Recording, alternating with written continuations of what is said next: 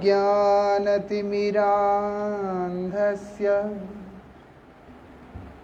ज्ञानाञ्जनशलाकय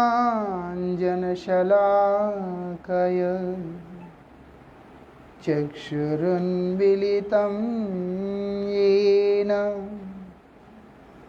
तस्मै श्रीगुरवे नमः। नमः ॐ विष्णुपादाय श्रीगौरप्रियमूर्तये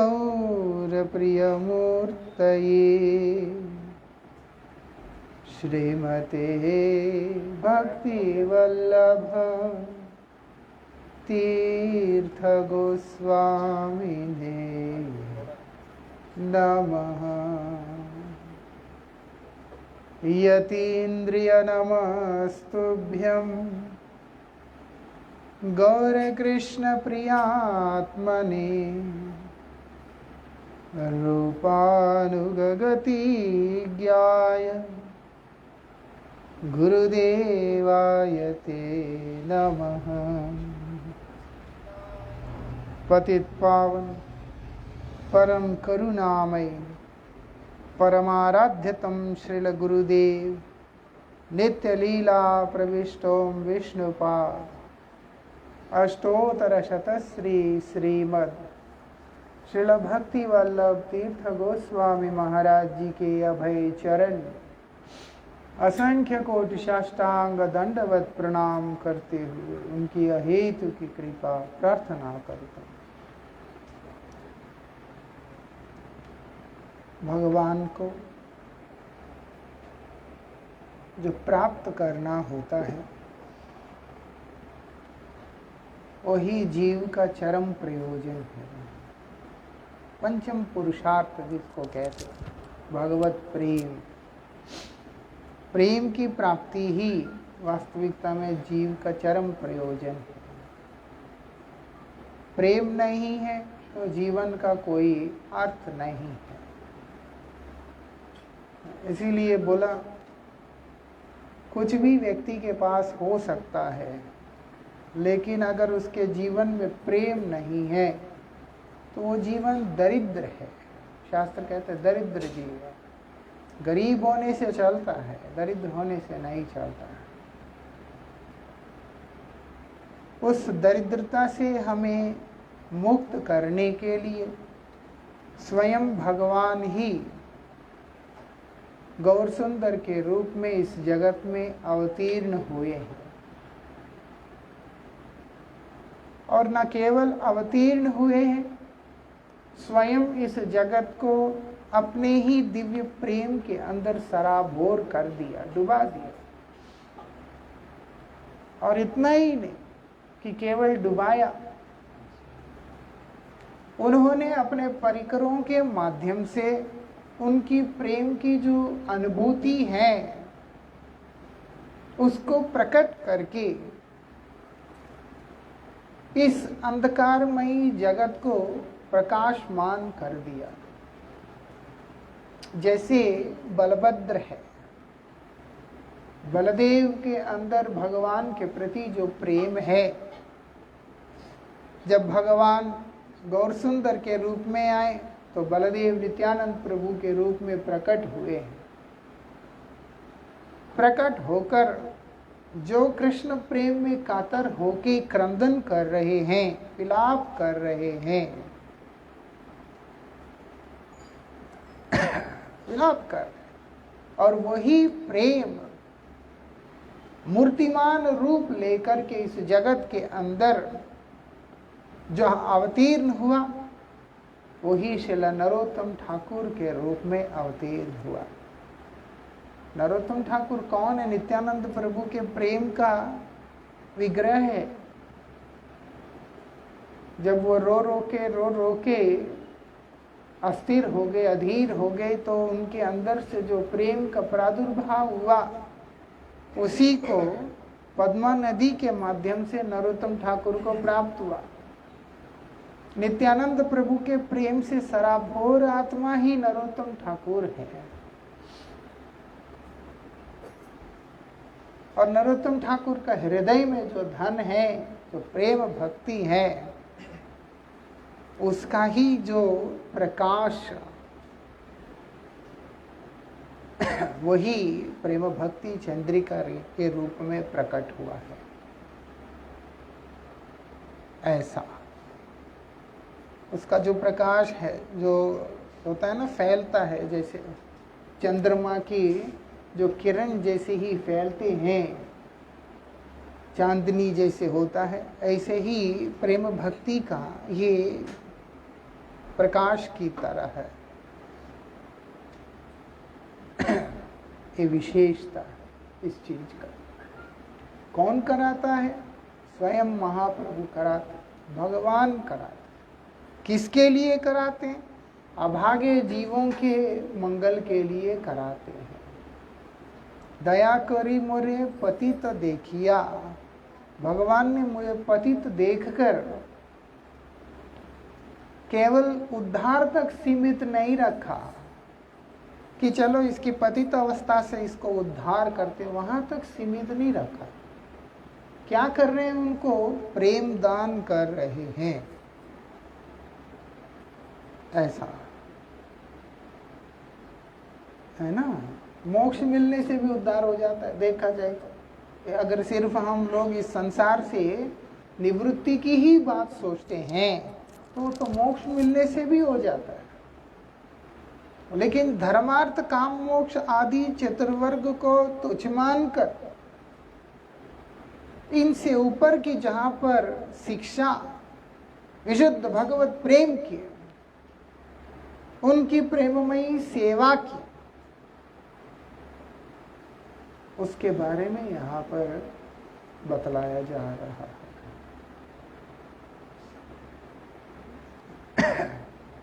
क्यों? प्रेम होने से ही कि वास्तविकता में जीव का लाभ तो होता ही है, जीव का तो भाग्य होता, लेकिन भगवान की प्रसन्नता उसी में है। भगवान इस संसार के अंदर की उसी चीज को ग्रहण करते हैं, स्वीकार करते हैं या कार्य को करते हैं जिसमें उनको प्रसन्नता हो। ऐसा यहाँ पर बताया। कोई साधारण व्यक्ति को नहीं चुना। नरोत्तम ठाकुर जो है एक तरह से महाप्रभु से अभिन्न ही समझना उनको। ऐसे नरोत्तम ठाकुर को चुना। उनकी जीवनी तो हम लोग जानते हैं किस प्रकार से उनका जीवनी था। बोलते हैं नरोत्तम ठाकुर जी के द्वारा जो प्रकाशित ये जो ग्रंथ है, इसी का नाम प्रेम भक्ति चंद्रिका है। नित्यानंद प्रभु की प्रेम की मूर्ति कौन? नरोत्तम ठाकुर। उनके हृदय आकाश के अंदर, नरोत्तम ठाकुर के हृदय के अंदर ये क्या है? ये सुंदर रूप से उदित हुआ है। क्योंकि भगवत प्रेम तो नित्य है और ये नित्य वस्तु जो है नरोत्तम ठाकुर के हृदय के अंदर, जिस प्रकार से आकाश में सूर्य का उदय होते ही सर्वत्र प्रकाशमान कर देता है, ठीक उसी प्रकार से यहाँ क्या हुआ? नरोत्तम ठाकुर के हृदय में प्रेम का जो अमृत है वो क्या है? वो सुंदर रूप से उदित हुआ। जैसे सूर्य उदय होता है ऐसे प्रेम का उदय हुआ वहां पर नरोत्तम ठाकुर के हृदय। जैसे सूर्य उदित होते ही चारों तरफ प्रकाश फैल जाता है, और इसी प्रकार से वो प्रेम का उदय जब नरोत्तम ठाकुर के हृदय में हुआ, वो भी जो प्रकाश को लेकर के आया, उसी प्रकाश को प्रेम भक्ति चंद्रिका कहते हैं। वो प्रकाशित करना नहीं पड़ता। जैसे हम बोलते हैं सूर्य को प्रार्थना करें कि आप उदित होकर प्रकाशमान होइए, अपना प्रकाश को फैला दीजिए, ऐसे जरूरत नहीं पड़ता है। सूर्य का उदित होना मतलब ही इस संपूर्ण जगत को आलोकित करना, प्रकाशित करना है ना। अगर प्रकाशित नहीं हुआ तो कौन कहता है सूर्योदय हुआ? नहीं हुआ। इसी प्रकार से प्रेम का उदय होना उनके हृदय में, वो अपने आप से ही जगत को प्रकाशित करने लगा है। उनके हृदय में प्रकाशित हुई, आविर्भूत हुई वो प्रेम भक्ति रूपी जो सूर्य का प्रकाश है,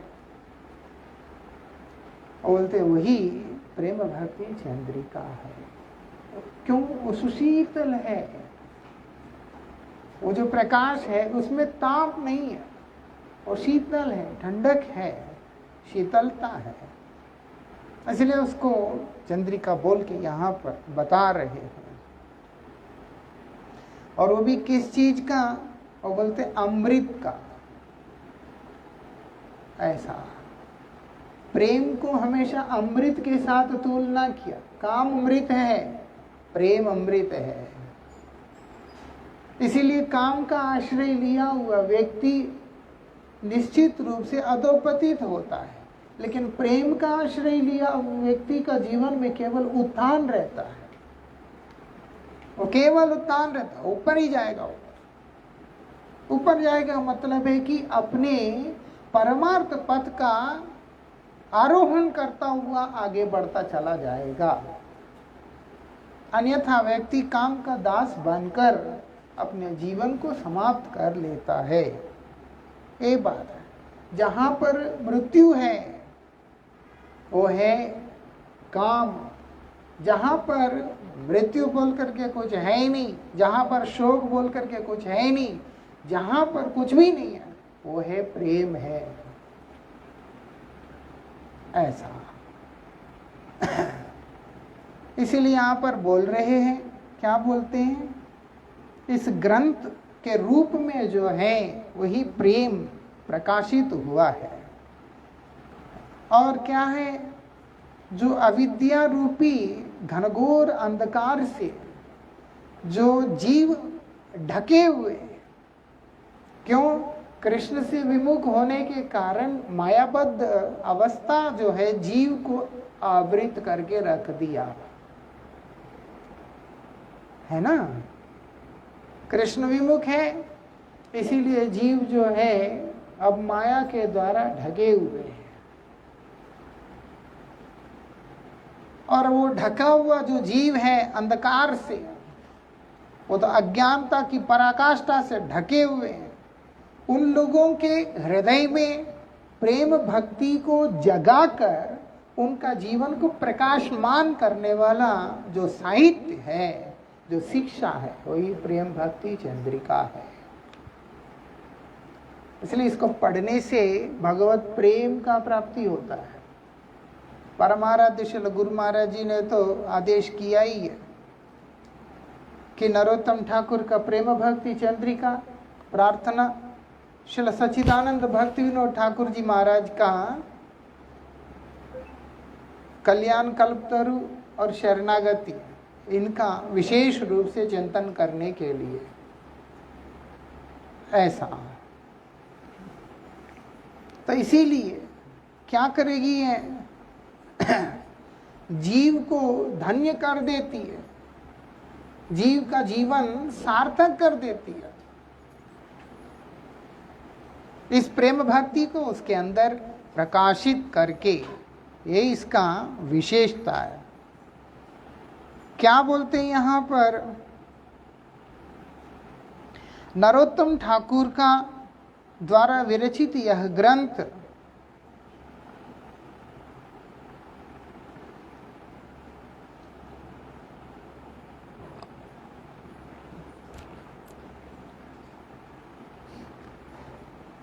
इसे ऐसे कर लो ना, ऐसे सीधा कर लो। नरोत्तम ठाकुर जी के द्वारा विरचित यह ग्रंथ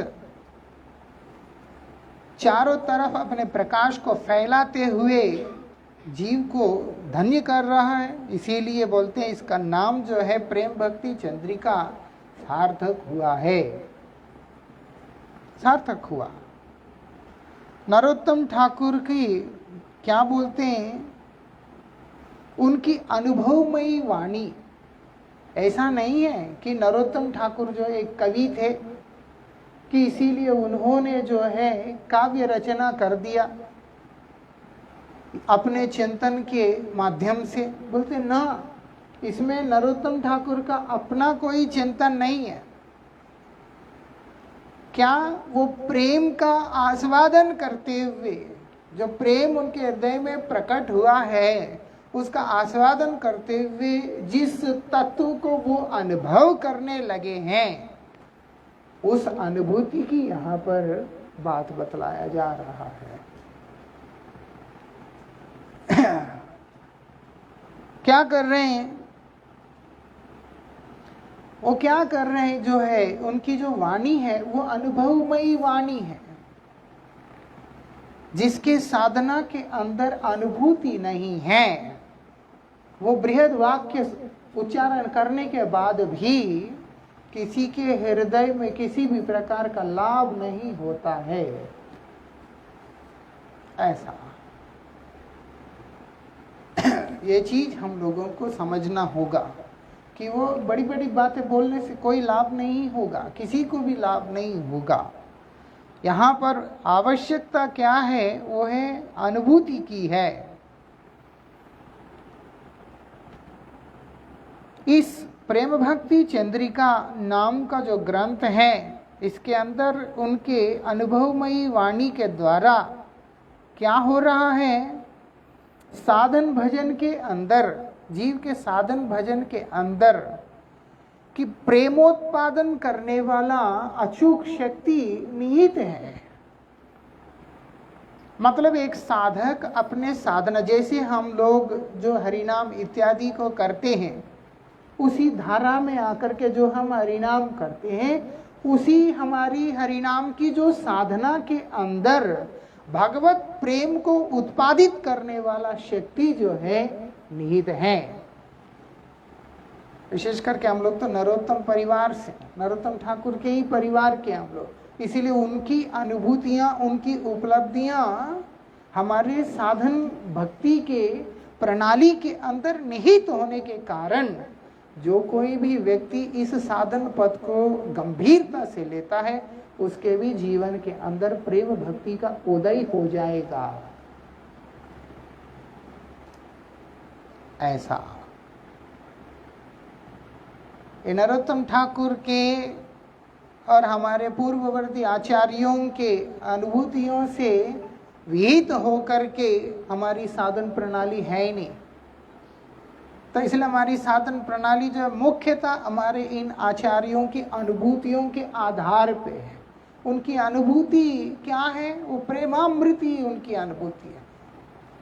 इसीलिए साधन करने वाला व्यक्ति वास्तविकता में भगवान को प्राप्त करने के लिए किसी भी प्रकार की ज्ञान की आवश्यकता होता ही नहीं है।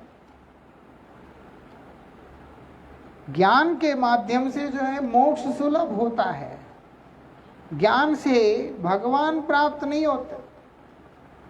भगवान प्राप्त होते हैं प्रेम से।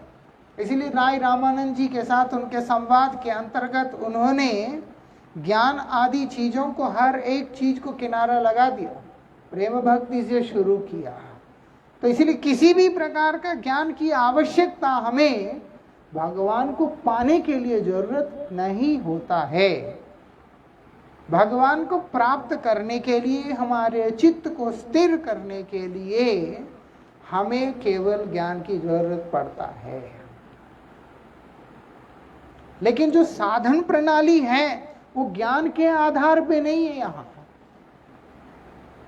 हमारा साधन प्रणाली प्रेम के आधार पे, वो भी हमारे पूर्ववर्ती आचार्यों के द्वारा अनुभूति को प्राप्त जो प्रेमामृत है उसी के आधार पे है। इसीलिए उनका कृपा हमारे जीवन के अंदर प्रेम भक्ति से आलोकित करेगा, प्रकाशमान करेगा।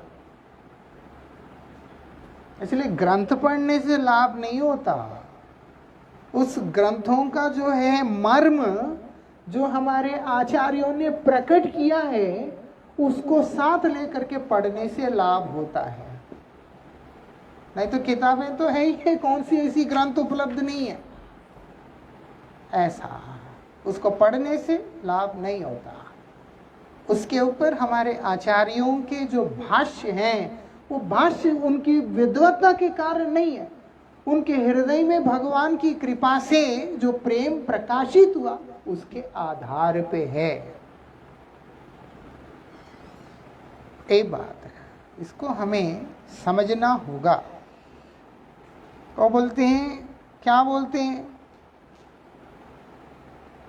दूसरी ओर एक तो वो प्रेम को प्रकट करता है, दूसरे ओर क्या है, भजन में निपुणता लेके आता है, परिपक्वता लेके आता है, हमें भजन में निष्णात बनाता है। ये हमें समझना होगा। हमें भजन में निपुण होने के लिए जो आवश्यक जो उपदेश है वो हमें इसके माध्यम से प्रदान होता है, प्राप्त होता है। कई लोगों के अंदर भक्ति होती है लेकिन उनके लिए सही मार्गदर्शन नहीं होता। कईयों के अंदर कई मार्गदर्शन होता है लेकिन उनमें भक्ति का गंध भी नहीं होती है। इसके चलते दोनों ही व्यक्ति अपने परमार्थ में कभी भी उन्नति प्राप्त नहीं कर सकते हैं। दोनों चाहिए। समझ में आता है? कई लोग हैं दुनिया में, ऐसा नहीं है कि उनके अंदर भक्ति नहीं है, भक्ति है, लेकिन उस भक्ति को दिशा देने वाले, उस भक्ति को भगवान के साथ जोड़ने वाला कोई उनके साथ में नहीं होता है। इस कारण से उनकी भक्ति जो है वास्तविकता में कोई अर्थ नहीं रखती। कर रहे चल रहे, बस चल रहा है। और कई ऐसे होते हैं जिनको बहुत सद शिक्षा, सद उपदेश सब कुछ प्राप्त होता है, जैसे कि गुरु जी की कृपा से हम लोगों को प्राप्त होता है, हो रहा है, होता रहेगा। लेकिन भक्ति का अभाव होने से वो ज्ञान भी हम लोगों का किसी भी प्रयोजन का नहीं रहता है। ये हमें समझना होगा। तो इसीलिए बोलते हैं ये जो नरोत्तम ठाकुर के हृदय में, हृदयाकाश में जो प्रेम भक्ति का उदय होकर के जगत को आलोकित कर रहा है, उसके बारे में क्या बता रहे हैं यहाँ पर कि वो बोलते हैं ये हम लोगों को भजन में निष्णात बनाएगा, मतलब पक्का करेगा, परिपक्व करेगा। हमें बहुत सारी चीजें सिर मारने की जरूरत नहीं है, बहुत सारी चीजें हमें वो करने की आवश्यकता ही नहीं है। और क्या बोलते हैं,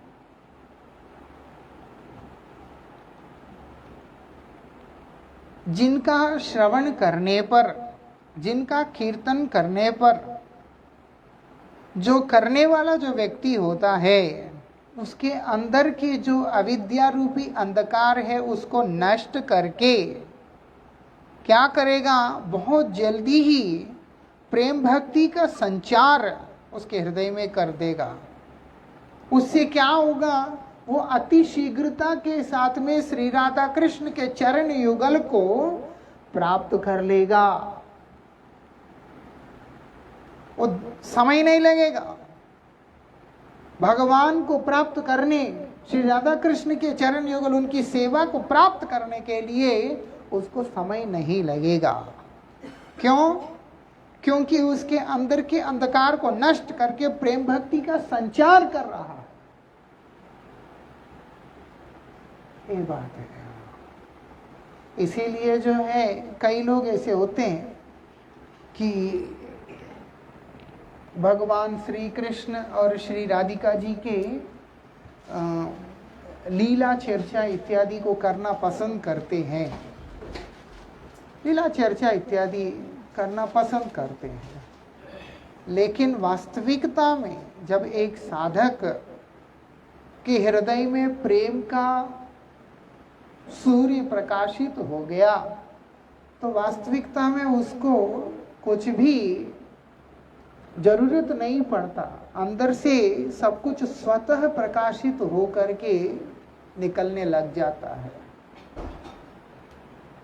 ऐसा मेरा कहने का मतलब है, नाम की महिमा श्रवण करना होगा, रूप की महिमा श्रवण करना होगा, गुण की महिमा को श्रवण करना होगा, लीला भी श्रवण करना होगा।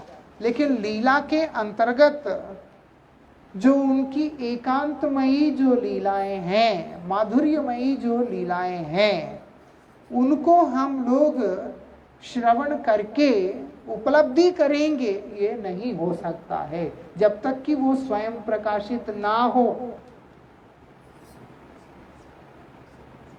जब तक कि वो स्वयं प्रकाशित ना हो, केवल अन्य जो लीलाएं हैं, जैसे कि शांत लीला है, दास्य आदि लीला है, वात्सल्य आदि लीला, माधुर्य आदि लीला के अंतर्गत कई बार भगवान का औदार्य प्रकट होता हुआ दिखाई देता है। लेकिन जब माधुर्य जो लीला की बात आ जाता है, जहां पर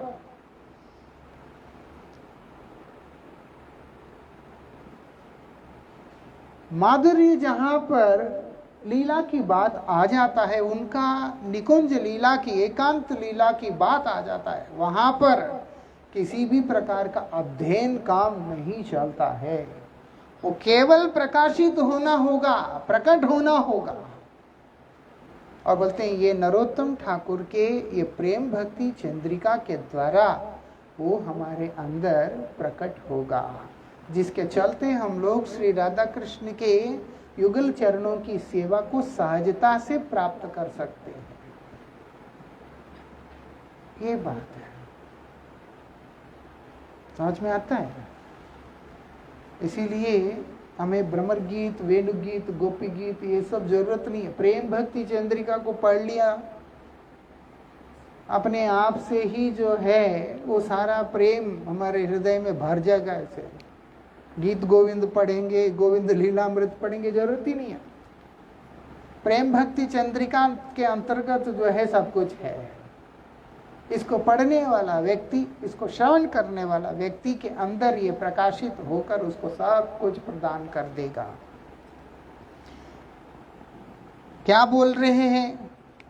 चंद्रमा का प्रकाश जो है, जैसे चंद्र का जो प्रकाश है, पूर्णिमा के दिन जब चंद्रमा का जो प्रकाश है, पूर्ण चंद्र का, वो बोलते हैं जो दिशा भ्रम व्यक्ति, दिग्भ्रांत व्यक्ति है, वो दिशा भ्रम हो चुका, उसको किधर जाना उसको पता ही नहीं चल रहा, कुछ दिख ही नहीं रहा। वो बोलते हैं दिशा भ्रम व्यक्ति जो है उसको क्या कर रहा है, सही मार्ग का प्रकाशित करके उसको उसके गंतव्य तक पहुंचा देता है ना। पूर्णिमा के दिन टॉर्च लाइट की भी जरूरत नहीं पड़ता, रोड में अगर अंधेरा है या कुछ है। यहाँ तो खैर स्ट्रीट लाइट्स होते हैं, सब होते हैं। गांव के अंदर जाते हैं हम लोग जहाँ पर लाइट वाइट कुछ नहीं होता, घनघोर अंधेरा है ना, टॉर्च वगैरह लैंटर्न वगैरह लेके चलना पड़ता है। लेकिन वही पूर्णिमा के दिन आकाश में जो चंद्र का उदय होता है, चंद्र के किरण जब पृथ्वी पे पड़ते हैं, कोई टॉर्च लाइट की जरूरत नहीं पड़ता, आराम से उसके रोशनी के अंदर वो आराम से चल सकता है। यहाँ पर वही बता रहे हैं, जैसे चंद्र के किरण जो होते हैं, चंद्र की जो चंद्रमा की जो चांदनी है, वो जब पड़ता है, दिग्भ्रांत व्यक्ति जिसको पता ही नहीं चल रहा, अंधकार में फंसा हुआ व्यक्ति जाना किधर है, उसके रास्ते का प्रकाश बनकर उसको क्या करेगा, उसको ले जा करके उसके गंतव्य स्थान तक पहुंचा देगा।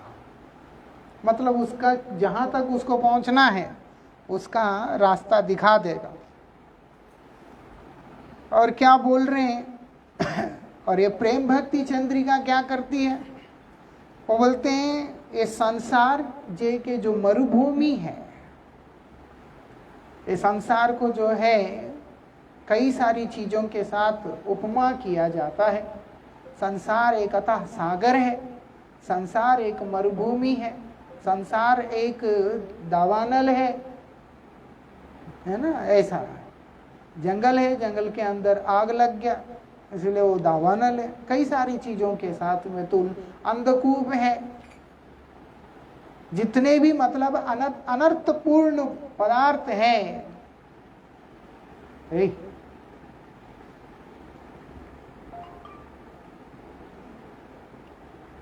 एक चीज ध्यान रखिएगा, ये महीना मैं इसके ऊपर बोलूंगा, हो सकता है बोरिंग लग सकता है, ठीक है ना? बद्ध है, बोरिंग लगेगा ही, लेकिन मेरे सामने कोई मला करना, चैटिंग करना, बातें करना, ये सारे काम करेगा, अच्छा नहीं होगा। इस बार मेरा शासन दूसरे तरीका से होगा। प्यार से बोलने से कईयों को यहाँ घुसता ही नहीं है। इसीलिए अकल जो है ना, घास चराने भेजना नहीं है, यहीं पे रखना है। और क्या? वही बात है। भक्ति ना कमाओ, कम से कम अपने लिए जो है अपराध भी नहीं कमाना है।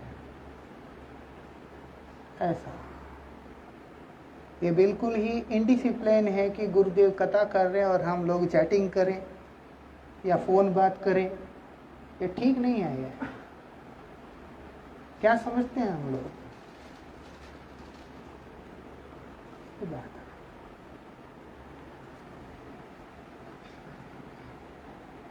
डिसिप्लिन नहीं है तो भजन नहीं है, ये हमेशा याद रखना। और डिसिप्लिन नहीं है, कोई भी आके कुछ भी बोलता है, हम लोग उसी में बह जाते हैं। फिर उसके बाद लाइफ में क्या हमें बचता है? तो केवल कंफ्यूजन। क्लैरिटी होना चाहिए। भजन करने वाले के अंदर एक फर्म ये होना चाहिए, क्लैरिटी होना चाहिए। मैं क्या करने जा रहा हूँ? मैं भजन करने जा रहा हूँ तो भजन करने जा रहा हूँ। भगवान को पाना है तो पाना है। ऐसी क्लैरिटी के साथ में आगे बढ़ना होता है, कंफ्यूजन के साथ में नहीं। कंफ्यूजन होने से आज नहीं तो कल, कल नहीं तो परसों जिंदगी वेस्ट जाएगा और कुछ होगा नहीं। इसलिए एकदम ध्यान देना। ऐसा दवाई कड़वा लगता है, लेकिन दवाई खाने से ही बीमारी ठीक होता है। क्या करेगा? दवाई के बिना बीमारी ठीक होता ही नहीं है। इसी प्रकार से कई बार हरिकथा श्रवण करने में उतना आनंद अनुभव नहीं होता है। उसका कारण हरिकथा में प्रॉब्लम नहीं है, हमारी अवस्था में प्रॉब्लम है। जब हम कथा श्रवण करेंगे सही तरीका से, धीरे धीरे धीरे अंदर का गंध जब साफ होगा, तब जाकर के वास्तविकता में भगवान और उनके चरणों की भक्ति हमारे हृदय में आके विराजमान होगी। ऐसा, इसलिए ध्यान देना चाहिए। यहाँ पर क्या बता रहे हैं? प्रेम भक्ति चंद्रिका क्या करती है? ये संसार जैसे मरुभूमि है, मरुभूमि है, रस नहीं है इसके अंदर, जो है वो नहीं, कुछ भी नहीं है, सार नहीं है, कुछ भी नहीं। और ऐसे मरुभूमि जहाँ पर केवल ताप ही ताप है, जहाँ पर केवल पीड़ा ही पीड़ा है, जहाँ पर केवल दुख ही दुख है, और उसमें जो घूमने वाला है वो दिग्भ्रांत है, दिशाभ्रम हो गया। जैसे रेगिस्तान के मरुभूमि के बीच में फंसा हुआ एक व्यक्ति किधर भी देखता है, उसको रेत के अलावा कुछ और दिखता ही नहीं है। रेत के अलावा उसको कुछ और दिखता ही नहीं। जितनी दूर वो देख सकता है उसको केवल रेत दिखाई देता है। ऐसे परिस्थिति के अंदर वो कहाँ जाएगा? ऐसे ही इस संसार में फंसा हुआ व्यक्ति जो भटक रहा है, एक बीमारी लेके भटक रहा है, वो है स्वरूप ब्रह्म। अपने स्वरूप के प्रति उसका भ्रम है। तो इसीलिए बोलते हैं स्वरूप ब्रह्म के कारण क्या हो रहा है, वो 3 तरह के त्रितापों के ज्वाला में जल रहा है। एक तो मरुभूमि है, कोई आश्रय का स्थान नहीं, कोई छाया नहीं, कुछ नहीं। इसीलिए हम देख सकते हैं साथ रहने के बाद भी हमें सहारा देने वाला कोई भी व्यक्ति इस जगत में नहीं होता है, जिसको हम लोग दिल में हाथ रख के बोल सकते हैं कि ये मेरे सहारा देने वाला है। ऐसा नहीं होता, क्योंकि मरुभूमि के अंदर सहारा देने वाला कोई ऐसा वृक्ष होता ही नहीं है। ये संसार ऐसी मरुभूमि है। सोचो यहाँ क्या बता रहे हैं। वो बोलते हैं ऐसे ही जो जीव जो कि स्वरूप भ्रम से पीड़ित हैं, स्वरूप भ्रम वाले जो जीव हैं वो क्या है, त्रिताप ज्वाला को के द्वारा पीड़ित हो रहे हैं। स्वरूप भ्रम क्या है, हम जो हैं उसको, उसकी विकृति, उसके प्रति भ्रम होना, अपने स्वरूप, अपना जो रूप है, वास्तविक जो रूप है उसके ऊपर भ्रमित हो जाना। मतलब हम हैं कुछ, हम अपने आप को समझते कुछ और है ना। जैसे एक मूर्ख अपने आप को पंडित समझता है तो कैसे लगता है, उसको तो अच्छा लगता है, वो एंजॉय करता है, लेकिन देखने वाले को पता चलता है कि वो लगता कैसा है। ऐसा हम हैं कुछ, समझते कुछ है। यही सबसे बड़ी समस्या है। क्या है, हम हैं कौन है, सच्चिदानंदमयी आत्मा, लेकिन हम स्वयं को क्या समझते हैं, ये स्थूल और सूक्ष्म शरीर समझते हैं। सूक्ष्म शरीर भी बहुत कम समझते हैं, सबसे ज्यादा तो स्थूल शरीर ही समझते हैं। इसलिए बोलते हैं ये शरीर ही मैं हूं, मैं जब ये देह हूं, ऐसे करके मैंने धारणा अपने अंदर स्थिर कर लिया, उसके परिणाम में अधिदैविक, आदि भौतिक, आध्यात्मिक आदि तापों के द्वारा मैं पीड़ित हो रहा हूं। मुझे कहीं पे भी छाया नहीं मिल रहा है, सहारा नहीं मिल रहा है। नीचे पांव जल रहा है, ऊपर सर जल रहा है, पीने को पानी नहीं मिलता है, कुछ नहीं है, केवल तड़पन ही तड़पन है। वही ये संसार। इसलिए यहाँ पर क्या बोल रहे हैं, वो बोलते हैं ये क्या करेगा, प्रेम भक्ति चंद्रिका ऐसे संसार के त्रिताप को शांत करके, वो शांत करेगा, करके अपनी प्रभा से, मतलब अपने आलोक से, अपनी प्रकाश से क्या कर देगा, सही भजन पथ को दिखाकर, सही रास्ता दिखाएगा हमको, भजन पथ दिखाएगा। नहीं तो जैसे कल परसों एक माता आई थी, वो बोलती मैं ऐसा समझती हूँ और मेरे लिए यही भजन है। ऐसे हर व्यक्ति की अपना अपना धारणा, अपना अपना सिद्धांत उसके लिए भजन बन जाता है। समझते हैं कितना मुश्किल है। मैं ऐसा मानता हूँ मेरे लिए यही भजन है। एक आके मुझे कहता है कि ये सब कुछ होता ही नहीं है, भजन भजन कुछ होता ही नहीं है, ये सब को छोड़कर खाओ पियो, ये सब करो, यही वास्तविकता में जीवन है। उसका वही कंक्लूजन है। यहाँ तक कि वो गोवर्धन आया था व्यक्ति, हमारे एक ब्रह्मचारी को भी बोलने लगा कि तू क्या साधु बन गया, शादी कर। ऐसा ऐसे ज्ञान देने लगा, बोलते सब कुछ नहीं होता। उसके हिसाब से, ऐसे लोगों के हिसाब से खाओ पियो या जो मर्जी करो, भोग करो, यही उनके लिए परमार्थ है। बोलते जीवन इसके लिए ही तो बना है। ऐसा तो जो सही भजन पथ को दिखाकर, सही रास्ता दिखाकर, भजन का रास्ता को दिखाकर क्या कर रहे हैं, हमारे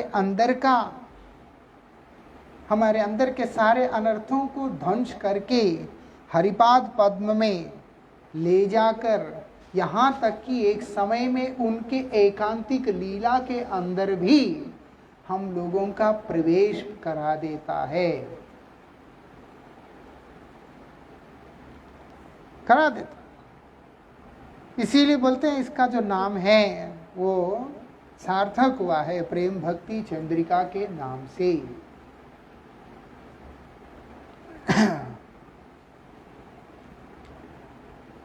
जो हमको 40 मिनट या 45 मिनट से ज़्यादा बोलने के लिए मना कर दिया कई भक्तों ने, इसलिए हम यहीं पे विश्राम देते। हाँ नहीं, मुझे वो बोलते कि ये कीर्तन करेंगे, क्योंकि मुझे 45 मिनट्स ही बोलने को बोला, जो कल सुना परसों सुना।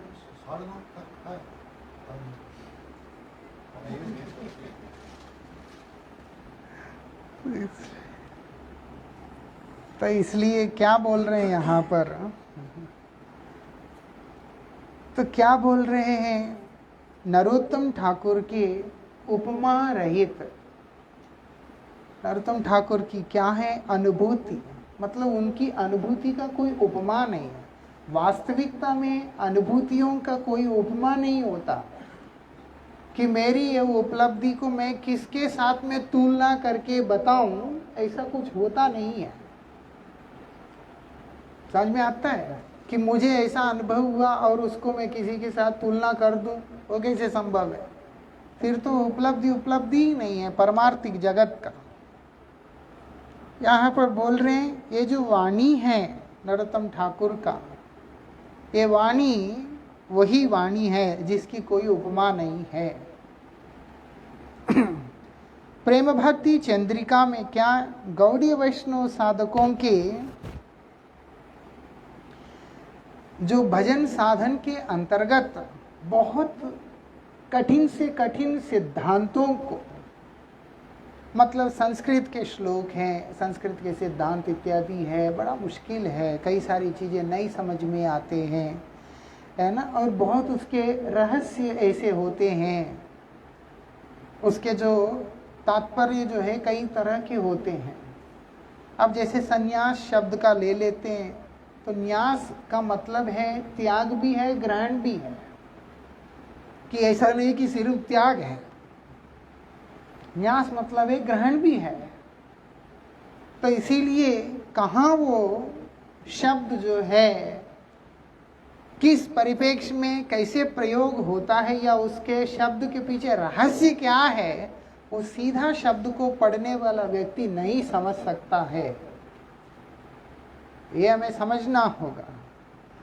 यहाँ पर यही बता रहे हैं कि जो हमारे भजन साधन के अंतर्गत जितने भी ये रहस्यपूर्ण बहुत गोपन जो सिद्धांत होते हैं, जैसे उपाव्रतेस्य पापेभ्यो यस्तु वासै गुणैः सा, उपवास का ही अर्थ में ये ले लेते हैं पाप से जो है निवृत्त होना और गुणों के साथ वास करना। तो उपवास शब्द का अर्थ ये निकलता है कि पाप से जो है दूर रहते हुए गुणों के वास करना।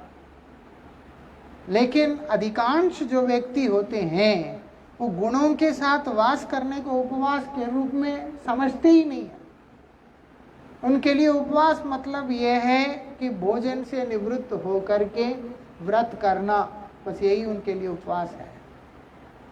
लेकिन उपवास मतलब है सन्निकट वास है करके लोग नहीं समझ पाते। तो जो हो शास्त्र की वाणी इस प्रकार से उसके अंदर जो छिपे हुए रहस्य है उसको समझने के लिए साधारण बुद्धि नहीं चलता है। हमारे श्री चैतन्य गौड़िया मठ वृंदावन के मठ रक्षक रहे हैं नित्यलीला प्रविष्ट शिला भक्ति प्रसाद पुरी गोस्वामी महाराज जी।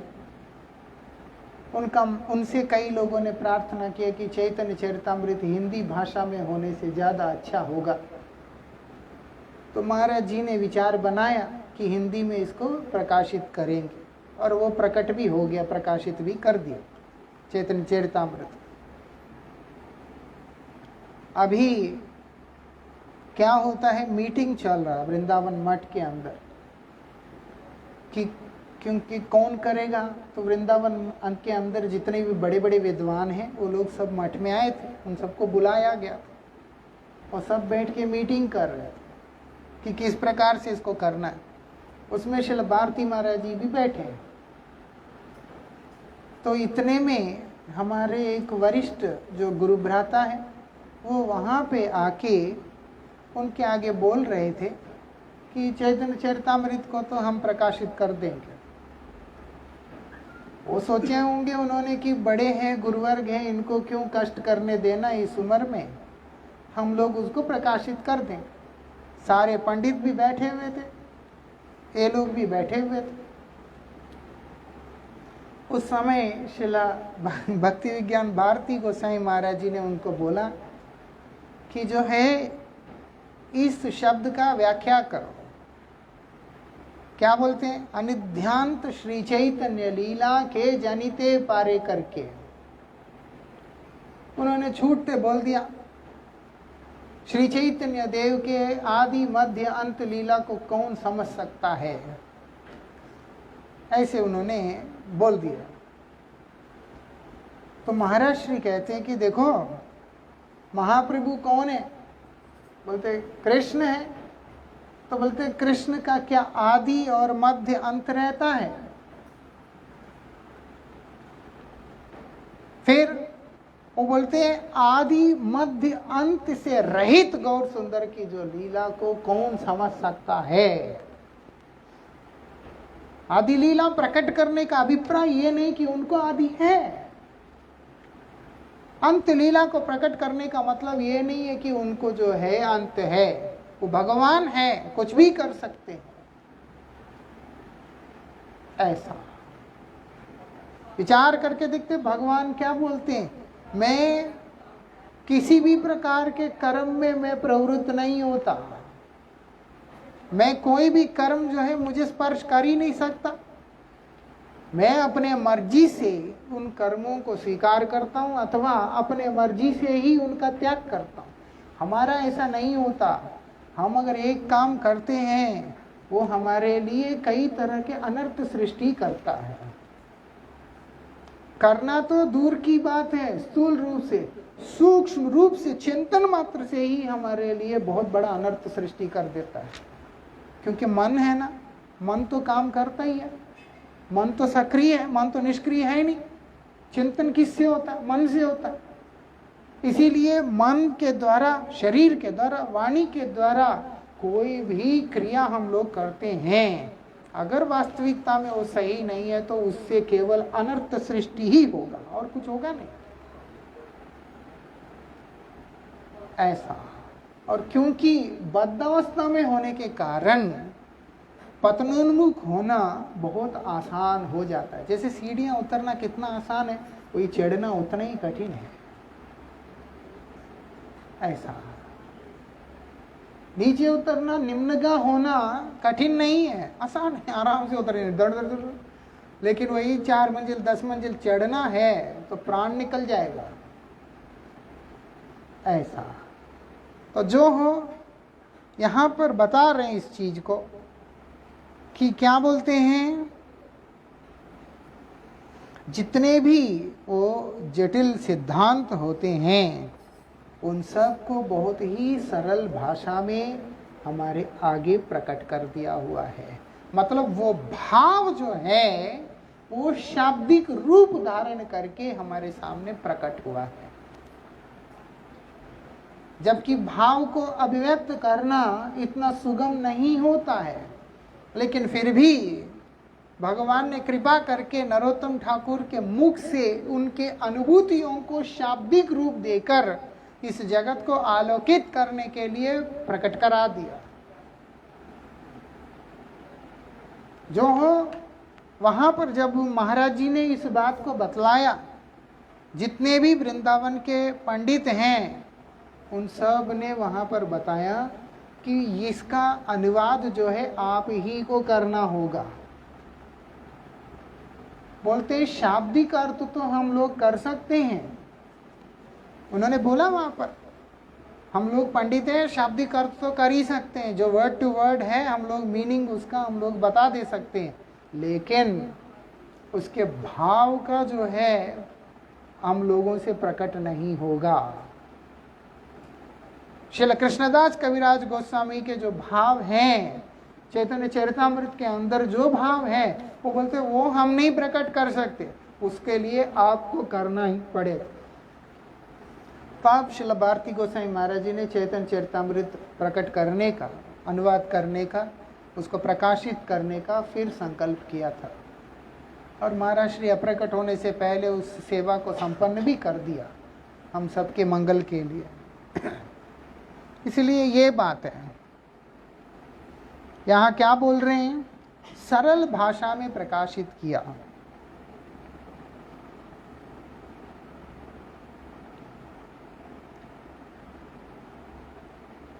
इसीलिए यह जो ग्रंथ है ये गौड़ीय वैष्णवों के लिए कि उनके भजन राज्य में, हमारे जो भजन राज्य के अंदर महामूल्यवान ग्रंथ है ये बहुत मूल्यवान ग्रंथ है। और इतना ही नहीं, इसके अंदर क्या है, सारभूत उपदेश है, मतलब खींचातानी नहीं किया, लंबा चौड़ा खींच खींच के बाल का खाल नोचा, ऐसा नहीं है, सीधे शब्दों के अंदर सब कुछ बता दिया इसमें। ये इसकी विशेषता है, सरल शब्दों के अंदर, सीधे शब्दों के अंदर वो जो सिद्धांत है उसको उन्होंने प्रकट कर दिया वहां पर। और क्या बोलते हैं, भजनानुभूति पूर्ण वाणी का मर्म महत कृपा के सहारे और यथा संभव, ये जो ये क्या बोलते हैं, भजनानुभूति पूर्ण वाणी, उनके द्वारा किए गए भजन का जो अनुभूति युक्त जो वाणी है, जो विचार है, जो यहाँ पर ग्रंथ हमारे सामने प्रकट है, उसको क्या करना, इसके जो मर्म है, उसकी सूक्ष्म विचार जो हैं, बोलते कैसे करना होता है, महत कृपा के सहारे, महत कृपा के सहारे, बोलते हैं यथा संभव अनुभव से ही समझने की चेष्टा करनी होगी। ये भी अपना दिमाग लगा के पढ़ना नहीं है, क्या बोल रहे हैं, महत कृपा से महापुरुषों के अनुगत में रहकर क्या करना होगा, जैसे जैसे हरिनाम करते हुए, जैसे जैसे हम लोगों के जीवन में नाम प्रभु की कृपा से जो उपलब्धियां आते हैं, वो बोलते हैं उसी से ही समझने का प्रयास करना होगा। मतलब जो हरिनाम नहीं करेगा वो इस ग्रंथ को पढ़ेगा तो उसके दिमाग में कुछ घुसेगा नहीं। जिसके अंदर हरिनाम करने की रुचि नहीं है, जिसके अंदर अन्याभिलाष है और चीजें, जिसके अंदर जो है क्या लिखा है सोचते हैं, क्या लिखा है समझते हैं, इस तरीके के जो लोग होते, मतलब साहित्य को पढ़ने जैसे जो भाव वाले लोग होते हैं, वो लोग इस चीज को कभी भी नहीं समझ सकते हैं। अब देखो ना, भक्ति रसामृत सिंधु हमारे पास इतना सा ग्रंथ है, सभी मठों में लगभग इतना ही ग्रंथ है, ज्यादा बहुत बड़ा नहीं है। लेकिन पुणे यूनिवर्सिटी में एक बार हम भक्ति रसामृत सिंधु देख के आए हैं, इतना बड़ा साइज का इतना मोटा बुक है। क्यों? उसके ऊपर जो है, उसके साहित्य के ऊपर जो संस्कृत डिपार्टमेंट के जो स्टूडेंट्स जो है रिसर्च कर करके अपनी थीसिस लिख के इतना मोटा बना दिया। क्या अर्थ है उस किताब का? इतना बड़ा साइज का, मतलब इससे थोड़ा बड़ा साइज है और इतना मोटा है। और सभी मठों के अंदर भक्ति रसामृत सिंधु, कोई भी मठ में जाओ, इतना सा बुक है। ऐसा। तो इसलिए यहाँ पर बता रहे हैं, अपने बुद्धि को, अपने ज्ञान आदि को प्रयोग करके जब हम लोग इन चीज़ों को समझने का प्रयास करते हैं तो हम उस महत्वपूर्ण चीज को मिस कर जाएंगे जो यहाँ पर प्रकट हुआ है। इसलिए बोलते दिमाग लगा करके नहीं इसका अध्ययन करना है, इसको अध्ययन करना है महत कृपा के अनुगत में रहकर, नाम प्रभु के ऊपर निर्भर होकर तब करना है। भजन राज्य में प्रवेश पाने की इच्छा से, आशा से जब हम लोग शुरू करते हैं तभी हमको ये चीज समझ में आएगा, अन्यथा ये हमको कभी भी नहीं समझ में आएगा। और क्या बोल रहे हैं यहाँ पर, प्राकृत विद्या बुद्धि से मर्म समझना सर्वदा दुष्कर है। मैं बहुत संस्कृत जानता हूँ, बहुत बंगला जानता हूँ, बहुत व्याकरण जानता हूँ, बहुत छंद जानता हूँ, ये जानता हूँ, वो जानता हूँ, वो बोलते हैं संभव ही नहीं है। इन सब चीज़ों के द्वारा कभी भी संभव नहीं है। विद्या बुद्धि के द्वारा इन चीज़ों को समझना कभी भी संभव नहीं है। ऐसा ये तो अनुभूति की बात ज्ञान से कैसे समझा जा सकता है या प्राकृत विद्या से कैसे समझा जा सकता है। कहने का अभिप्राय नरोत्तम ठाकुर ने इस ग्रंथ के माध्यम से अपने हृदय पटलों को खोलकर जगत के आगे प्रकाशित किया कि मेरे हृदय को देखो तुम, इसके अंदर ये है। उसको समझ, एक व्यक्ति को समझने के लिए आसान है, और शुद्ध भक्त को कैसे समझ सकते हैं। यहाँ तक हमारे आचार्य कहते हैं वैष्णव चिन्हिते नारे देवेर शक्ति, देवता भी शुद्ध भक्तों को नहीं समझ सकते हैं, देवता नहीं समझ सकते, तो पतित जीव बदजीव कैसे समझेगा, आसान है ना, ये बात है। तो यहाँ पर बता रहे हैं प्राकृत बुद्धि से, अपनी विद्या से कि मैं पंडित हूँ तो मैं चीज को समझ जाऊंगा, इससे नहीं होता है, कभी भी नहीं होता है। इसके संबंध में आगे क्या है वो सब हम लोग कल श्रवण करेंगे, कल से श्रवण करेंगे। ये भूमिका बहुत ज़्यादा जरूरी है, नहीं है तो हम ऐसे ही ग्रंथ पढ़ते चले जाएंगे, मालूम नहीं पड़ता।